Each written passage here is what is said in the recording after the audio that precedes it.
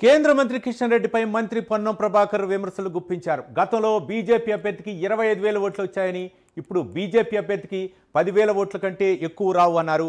బీఆర్ఎస్తో కుమ్మక్కయ్యారని అన్నారు. బీజేపీ వ్యవస్థను బీఆర్ఎస్కి హ్యాండ్ ఓవర్ చేశారని పొన్నం ఆరోపించారు. బీఆర్ఎస్ బీజేపీ మధ్యలో లోప్కారీ ఒప్పందం ఉందని చెప్పుకొచ్చారు.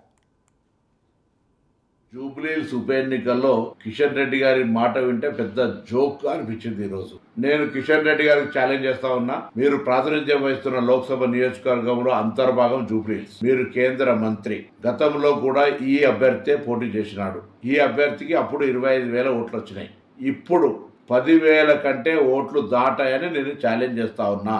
మీరు నేరుగా ఇండైరెక్ట్ గా టీఆర్ఎస్ తోటి కుమ్ముక్కై తిరిగి అదే అభ్యర్థికి టికెట్ ఇచ్చి ప్రచార సరళిని మొత్తంగా దింపుడు గల్లెంలాగా భారతీయ జనతా పార్టీ వ్యవస్థనంతా టీఆర్ఎస్ హ్యాండ్ ఓవర్ చేసినారు. మీ ఎన్నికల్లో వాళ్ళ మద్దతు తీసుకున్న దానికి తిరిగి గురుభక్తిగా ఈ ఉప ఎన్నికల్లో టీఆర్ఎస్ కు లోపాయకారిగా మద్దతు చేస్తున్నారనేటువంటి మాట యావత్ జూబ్లీహిల్స్ నియోజకవర్గ ప్రజల చర్చ. 11 నాడు జరిగే ఎన్నికల్లో మీ అభ్యర్థికి 10,000 లోపు ఓట్లు వస్తాయి.